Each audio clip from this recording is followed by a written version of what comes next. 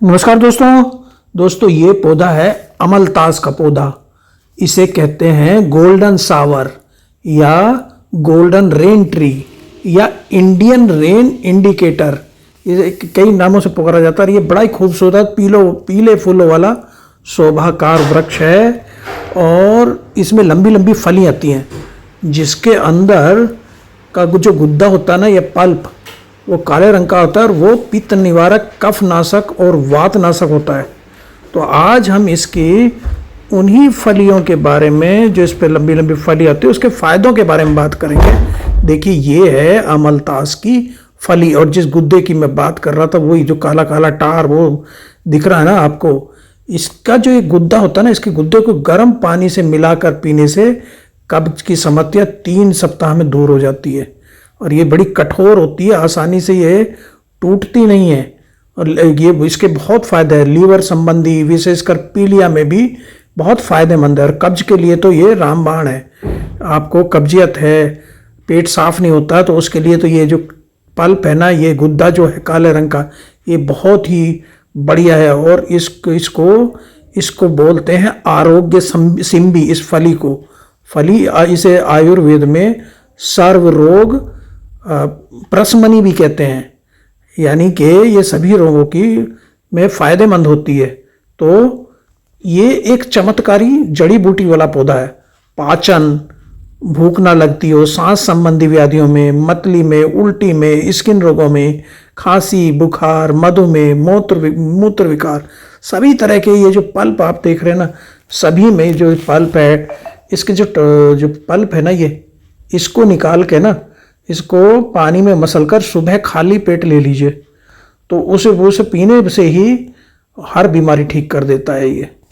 तो कब्ज में तो बहुत उपयोगी। इसका काढ़ा बनाकर पानी से, गर्म पानी के साथ अगर इसको रात को ले लें तो ये बहुत ही अच्छा काम करती है। कब्ज में आपका पेट साफ हो जाता है। इसके अंदर ना, फली के अंदर चैम्बर बने हुए, बहुत सारे चैम्बर, जिनके अंदर बीज रहते हैं। इनके अंदर बीज से रहते हैं, ये चैम्बर रहते हैं। और उसके अंदर ना, हर चैम्बर की जो एक दीवार होती है, वो एक कोइन, एक चवन्नी के साइज की प्लेट सी होती है। उन्हें निकाल लें और उन्हें पानी में भिगो लें और पूरी रात छोड़ दें, या अगले दिन सुबह छान कर, और अगले दिन जो है ना, छान के उसे और 2 चम्मच पानी में, 1 गिलास भरे हुए पानी में मिला के और पी लें, तो वो बहुत ही फ़ायदेमंद करती है। हर बारे में बीमारी में ये फ़ायदेमंद है। फली में चैम्बर जो होता है ना, वो पल्प, गुद्दा मीठा होता है इसका गुद्दा। ये जो देख रहे हैं, ये जो निकला है ये गुद्दा, ये देखिए चैम्बर दिख रहे हैं, उसके अंदर बीज हैं। और वो मैं बता रहा हूँ ना, सिक्के जैसे आकार के, चवन्नी के सिक्के जैसे आकार के इसमें चैम्बर होते हैं। वो उनको ही बस इस्तेमाल करना है, बीज का इस्तेमाल नहीं करना। इसको जो आप देखते हैं ना, इसके बारे में बहुत सारी मान्यताएं हैं। इसकी जो ये फली है ना, ये जिसको भाग्य का डंडा कहते हैं, तिजोरी में रखने से बताते हैं आमदनी दिन रात बढ़ती है। और ये फली जो है ना, आसानी से नहीं टूटती। इसका कहवा बना के या कॉफ़ी, काढ़ा, चाय बना के पीजिए, तो बहुत ही फायदेमंद है। सुंदर, इसका ये जो पौधा है ना, सुंदर है, गोल्डन सावर है। गर्मियों में खूब फूल खिलते हैं और इसको थाईलैंड का नेशनल फ्लावर बताया जाता है। केरला का स्टेट फ्लावर है ये जो है। और इसको रात को, कहते हैं कि इसको रात को तकिए के नीचे रखकर सोने से ना बुरे सपने नहीं आते। तो इसके पल्प को देखिए, हमने पानी में डाल लिया इसको, और इसके पानी में इसको पल्प को इसका निकाल लेंगे। ये वैसे देखें तो चिपचिपा सा होता है।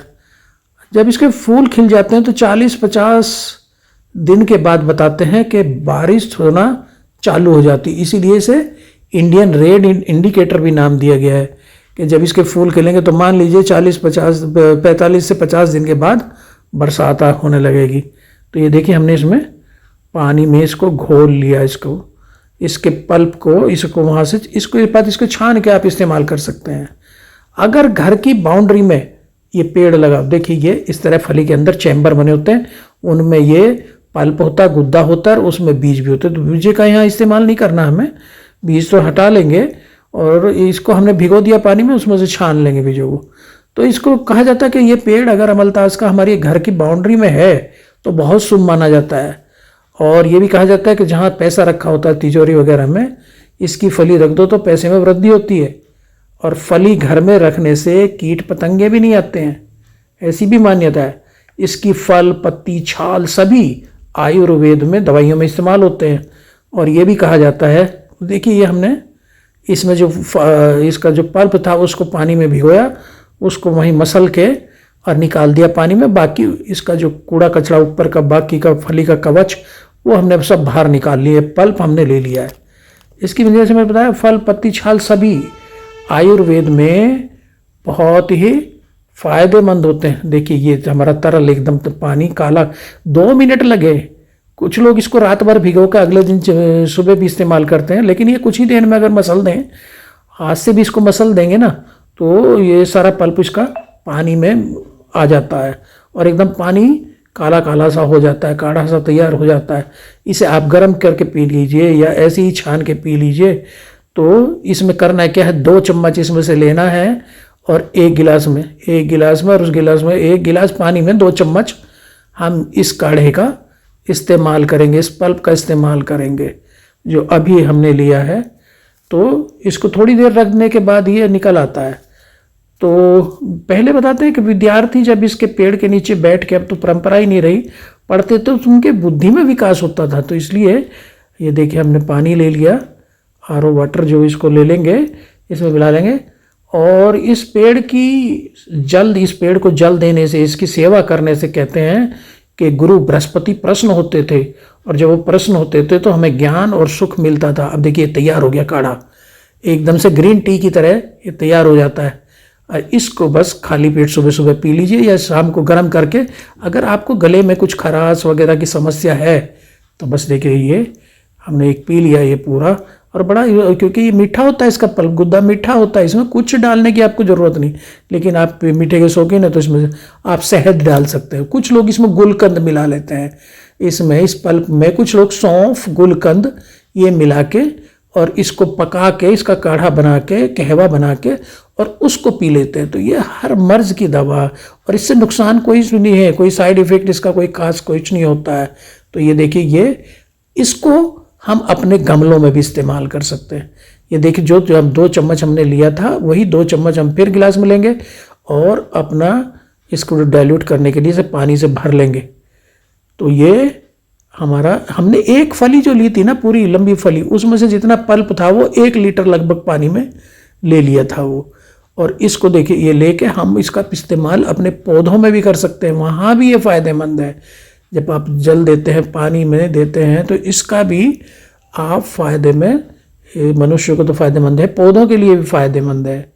और इसका ना जो हमारा ये अमलतास है, इसका जो लोग जो है ना सब्जी बना के खाते हैं, फूल गुल और चाय बना के पीते हैं, कॉफ़ी बना के इसकी पीते हैं, कई रूप में इसको खाया जाता है। और इसके फूलों को पानी में भिगो कर रख देते हैं और सुबह उनको खा लेते हैं तो कब्ज दूर हो जाता है। देखिए इसमें से बीज निकाल लेंगे, बीज, कुछ लोग तो इसकी हेयर डाई बनाते हैं बालों को रंगने के लिए। तो ये स्किन के लिए भी, हमारे बालों के लिए बहुत फ़ायदेमंद है अमलतास। इन बीजों को हम इसमें से निकाल लेंगे।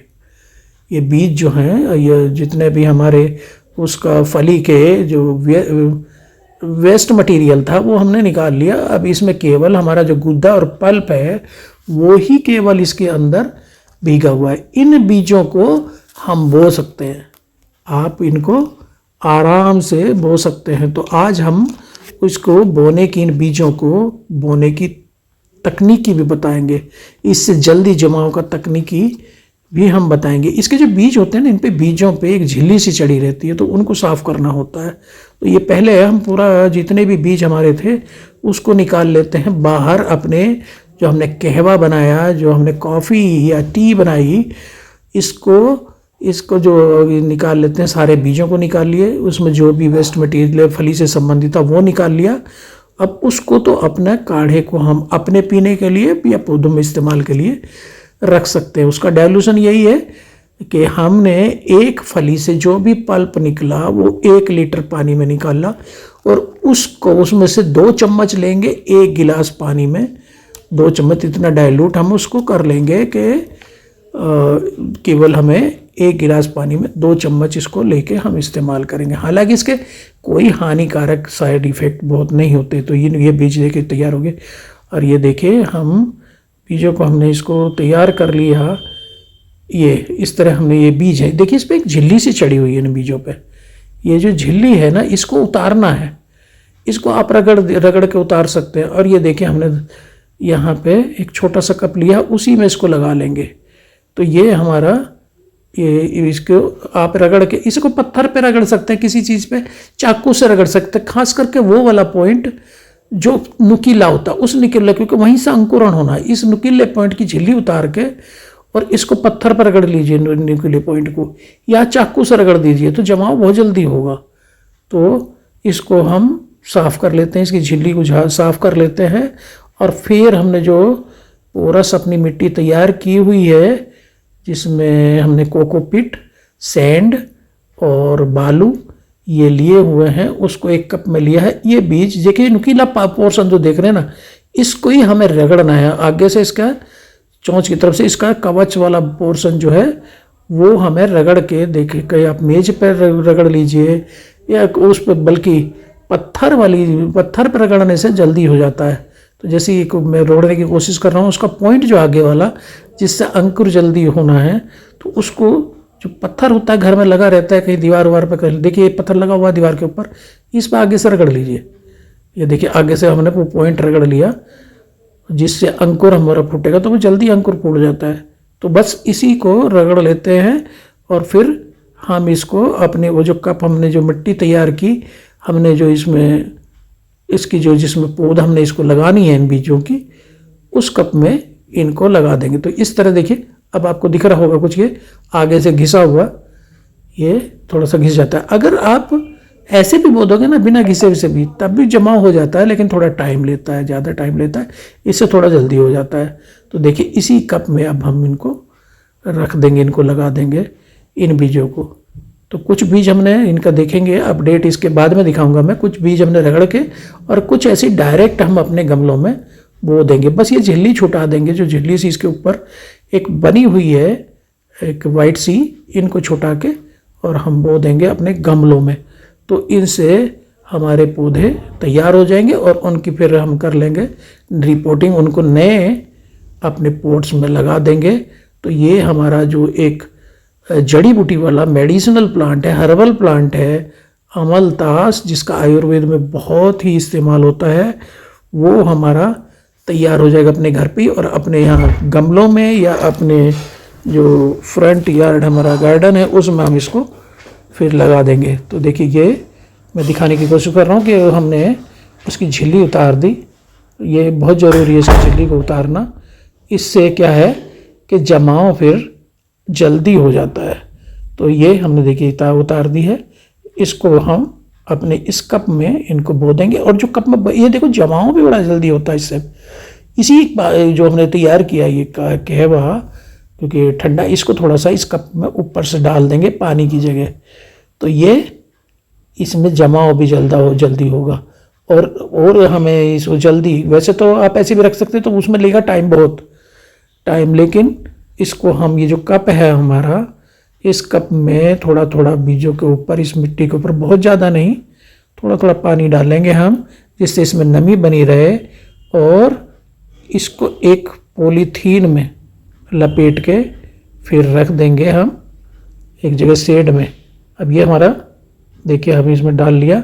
अब इसको हम लपेट देंगे पॉलीथीन के अंदर, जिससे थोड़ा गर्म होके और जमा होगा, बहुत बढ़िया जमा हो, इसमें जल्दी से जर्मिनेशन हो जाएगा, अंकुर फूट आएंगे और हमारी पौध जो है ना अमलतास की, हमारी वो जो सीडलिंग्स हैं वो तैयार हो जाएंगी, हमारी पौध इसमें तैयार हो जाएगी। तो इसको रख देंगे हम छाया में, शेड में, ऐसी जगह पे जहाँ पे इसको कुछ लाइट मिलती रहे। तो हम अपने गैलरी में इसको, जहाँ पे और पौधे रखे हुए हैं, वहाँ पे इसको रख देंगे। तो ये हमारा, इससे बीज से हमारी पौध तैयार हो जाएंगी, जिनको हम फिर अपने पॉट में लगा के अपने पौधे तैयार कर लेंगे। जितने भी हम चाहते हैं उतने पौधे हमारे तैयार हो जाएंगे। तो आज साथियों ये मेरा वीडियो आपको कैसा लगा अमलतास के बारे में? अच्छा लगा तो लाइक करना मत भूलिए, कमेंट करिए और सब्सक्राइब करना तो बिल्कुल मत भूलिएगा। थैंक यू, नमस्कार। फिर मिलते हैं एक ऐसे